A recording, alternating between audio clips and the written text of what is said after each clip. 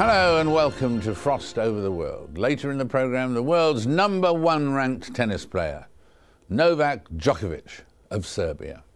The president of Colombia on his startling new ideas for tackling the drugs trade. But we begin with the Arab Spring, now turning in several places to winter. In Bahrain, a damning report was published into the government's crackdown on dissent. Meanwhile, violent clashes between security forces and protesters broke out again on the newsreels showing the streets of Cairo, ahead of planned elections next week. This week has also seen the capture of Saif Gaddafi, Turkey joining the calls for President Assad of Syria to step down, and Yemenis opposing the transfer of power deal in particular, signed by President Saleh. As yet more upheavals convulse the region, has the joyful optimism turned sour?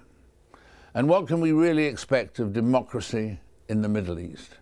I'm joined by a senior member of one of the region's ruling families and the chairman of the Arab Thought Forum. It's Prince Hassan of Jordan. Your Highness, welcome back. Thank you so much. Very good to have you with us.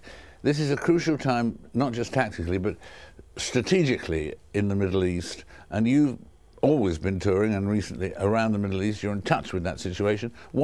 How is the strategic situation changing in the Middle East right now, do you think? Well, I call it the West Asia, North Africa region, because the Middle East is too wide. It goes from Calcutta to Casablanca, if you will, and now, of course, with President Obama visiting China and East Asia, it seems that the real players in our world, not only in the saving the European economy, but saving the Middle East, could well be a combination of China, Russia, maybe even the BRIC countries.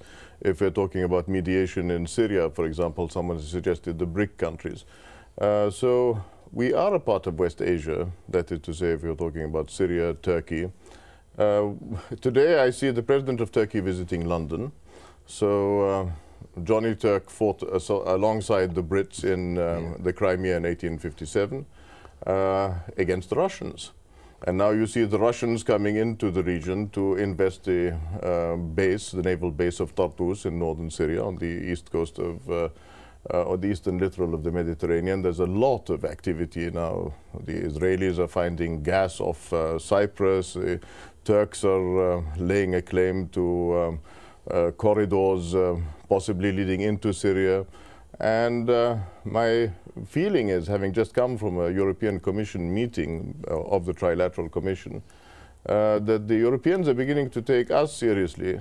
I said, look, I'm not coming here with a begging bowl to talk to you Europeans after the Arab Spring, which sadly Newt Gingrich calls the anti-Christian spring, which is totally unfounded. He seems to sort of forget that Christianity started in our part of the world and not in the Midwest. But the reality is that Arabs, whether Christian or Muslim, if you want to look at them in a minilateral context and talk about Druze and Copts and Shia and Sunni and Shia Arab and Shia Iranian, this is so complicated that it's taking up all the airwaves. But if you're talking about the future of a region, then we strategically have to encourage that region to come forward and develop its own economic, social council, regional responsibility, regional commons have to come to the fore, including, of course, the moral imperative, human dignity. And who do you see will really lead that? Well, for the moment, I think that the United States, surprisingly, if you look at Israel and the Iran issue, all the neighbors of Iran, Israel itself, are all allies of the United States in one form or another. But at the same time, the Israelis still feel not enough has been done about Iran. Iran allegedly has 4.5 tons of material. I'm not an expert, but you only need 70 kilograms, apparently, of material to make something that could break up the whole neighborhood. Israel has 450 or something nuclear warheads. So if all the neighbors of Iran are pro-American, including Israel, why is it that we can't find an alternative to convincing the Iranians of the importance of coming to the table, at least on that one issue agenda? At least that would be a step in the right direction, the nuclear issue. But as for the Conference for Security and Cooperation in the Middle East, which I've been calling for since Malcolm Rifkind was Foreign Secretary of this country, I think this is the time to get our act together. Right, and that would involve all the countries of the Middle East. Security Council, all the countries of the Middle East, and of course West Asia. The new players in the Mediterranean include India and China, of course. China is already a member of the Security Council. And as far as regional issues, I think that the Syrian solution may be in a conference in the way that the Kingdom of Saudi Arabia once called for the Taif conference for the resolution of fighting, at least in Lebanon. You know, this business of intervention, I intervene because I want to see that somebody is recognizably in charge. But nobody has been in charge in Lebanon, poor Lebanon, for a very long period of time. Right. And this is the tragedy, really, that we talk about human beings. Let's remember human dignity in Tahrir Square. Look at that poor dentist who lost his 2 eyes from the 25th of January to the tragic events of a couple of days ago. But in reality, I don't think that the Egyptians are necessarily keeping the human component alive, because time is ticking, and the military are waiting their opportunity to possibly call a halt to the fighting and introduce their new prime minister, new cabinet, and so forth. So I think that despite the fact that we are bombarded with local news, we simply have to try to look at the big picture. That's why I thank you for inviting me today. And I thank you for doing it too. And what about the Arab League? Normally or traditionally, in the very name of the Arab League, they would seem to be a logical people to bring together the sort of conference you want to lead this movement you're talking about. But the Arab League doesn't seem to operate that way, does it? I've been waiting as chairman of the Arab Thought Forum for the last 2 months to go and visit Cairo under the umbrella of the Arab League. They've been too busy fighting fires at the moment. Well, this is why I'm saying that we need an economic and social council which supports the League and discusses what people really want. The slogans are not enough. Again, going back to Gingrich, he's saying, I don't need slogans, I need substance. Any politician worth his salt should be pointing, with the best of intentions presumably, at the need for substantial commitment to real issues. I mean, they don't understand, the Twitter crowd, the blog crowd, why it is that nobody can give answers, people in authority. I mean, $125 million were allocated for Tunisia and Egypt by the Americans shortly after the events there to democratize. What does that mean? What about the relationship between Iran on the one hand and Syria on the other, in Iran? What is that?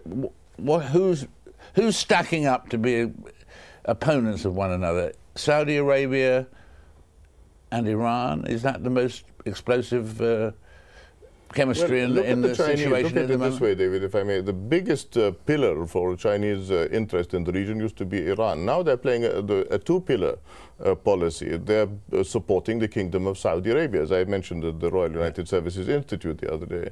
So the second pillar is extremely important. And Qatar, of course, is extremely important. Again, I mean, you have countries in the region that still have an Israeli embassy. There are countries with Israeli interest sections. There are countries with the headquartering of major American fleets. And look at the recent developments in eastern Saudi Arabia, the Shia Arabs. Yeah. Now, this business of being anti-Shia, we have to make a distinction between Shia Arabs and Shia Iranians. And I think that we should call the role of Iran diplomatically to try and solve some of these problems when it comes to Syria. I mean, just to sit back and say, well, if you want to beat Iran, you should beat Syria first or break Syria first, is not acceptable. So I say Iran has a role in Syria and Turkey has a role in Syria. Can they not help in negotiating an outcome, possibly supporting the Arab League?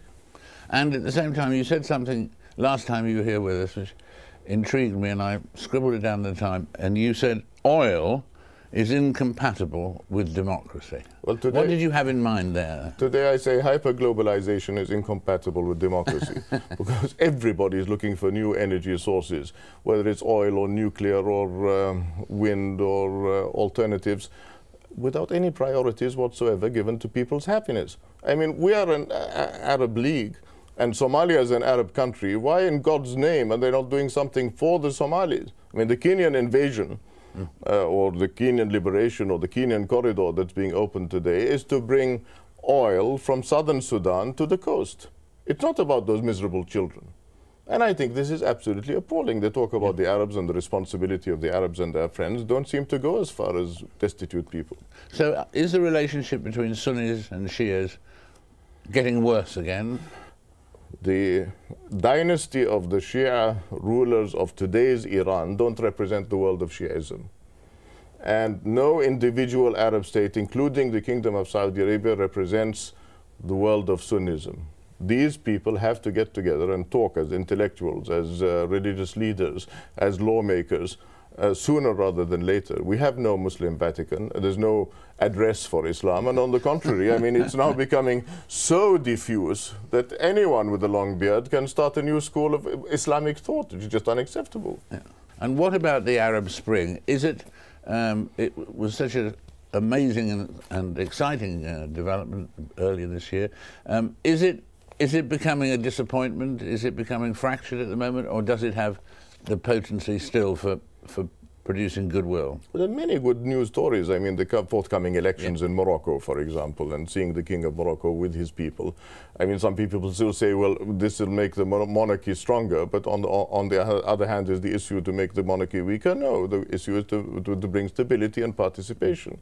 In Bahrain, to see the king and the crown prince, whatever your view of Bahrain may or may not be, I think fills one with admiration that he can sit there and listen to a very well-regarded international Egyptian lawyer with a group of Arab lawyers presenting a summary of a 500-page report.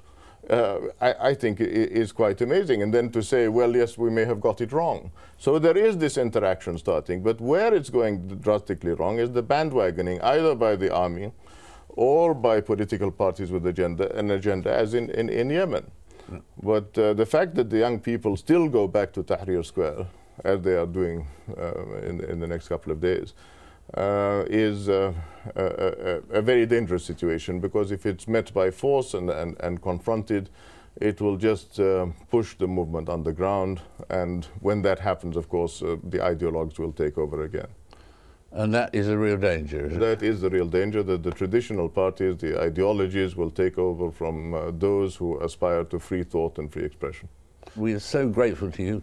This tour d'horizon has been stimulating and positive. Thank you very much indeed. Thank you so much indeed. Thank you. Our thanks to Prince Hassan there. Earlier this month, Colombian armed forces reported the killing of Alfonso Cano, the leader of the country's FARC rebels. The country's president, Juan Manuel Santos, declared that it was the most resounding blow against the organisation in its entire history. But the killing didn't signal an end to all of Colombia's problems. Drugs and cocaine, things have improved there, but in general they remain as a big problem still, both for user countries in the West and for producer countries like Colombia. So, fresh from his FARC victory, Mr. Santos has also been arguing for a new and radical attitude to the drugs war. I caught up with President Santos earlier this week. Mr. President, it's a great joy to see you again. My honor. The UN Global Commission on Drugs earlier this year said, the war on drugs has not and cannot be won. Are they right or wrong or too pessimistic? Well, in our case, Colombian case, we are winning because all the indicators from wherever you analyze our war on drugs, you can say we are winning. However, our success is our neighbor's problem, the balloon effect. So if you analyze the problem globally, what I say is we're sort of in a static bicycle. We fight, but the drugs continue to flow. So in a way, what they're saying is true. And so you feel there may be a case for legalizing some drugs as a way of dealing with the problem? What I've been saying is that we need to sit down and with an open mind start discussing new alternatives. If the world as a whole considers that legalization is the way, I would support it. You would? Yeah. What I'm not going to do is to be the sort of a proposal I'm not going to take the vanguard and start a crusade for legalization. No, because in my case, in Colombia's case, the drug trafficking is a problem of national security. Drug trafficking is what feeds all our violent and illegal groups. And so we must continue to fight with everything we can and fight all the links of this terrible chain that the drug traffickers have. But if the world decides that there's another option and we will participate in that discussion, then we would support that. And you would support that if it concerned, obviously, marijuana and even cocaine? Even cocaine, yes. If they legalize marijuana, they legalize cocaine. Because that takes out the profits from the mafias and the criminal world. And as the Observer suggested in one of the editorials, why don't you switch to some entrepreneurs, legal entrepreneurs that pay taxes, and with those taxes you make a campaign to reduce consumption as they do with cigarettes. So I would, if need be, and if that's what the world wants, I would support that. And what about the good news that that the head of FARC, right at the beginning of this month of November, was captured and killed? Will that affect what you're trying to do? Will it make any of the things we're talking about any easier, or what? Yes, no doubt whatsoever. First of all, it increased my popularity, which which is always good. Yes.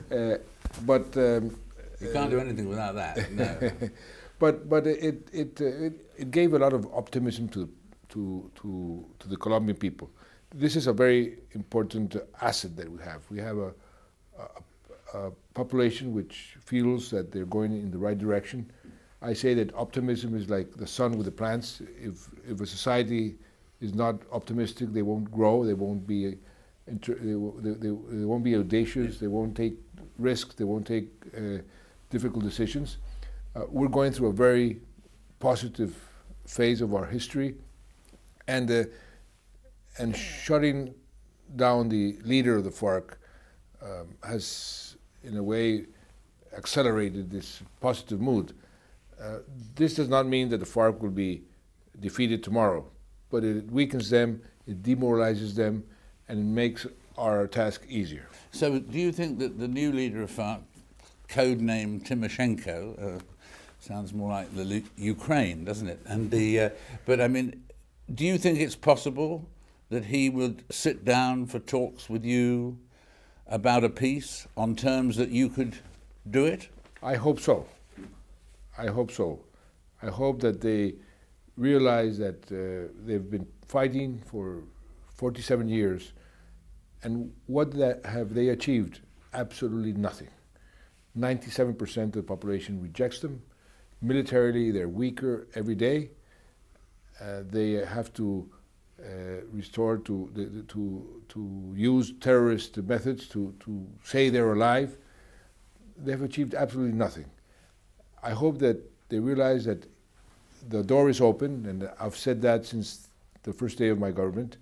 The door is open for a dialogue if they are sincere in wanting to reach an agreement. And as far as those extrajudicial executions were concerned and so on, you've reached a stage now from when there were more than 3,000 in the period going back 1994 to 2009 and so on.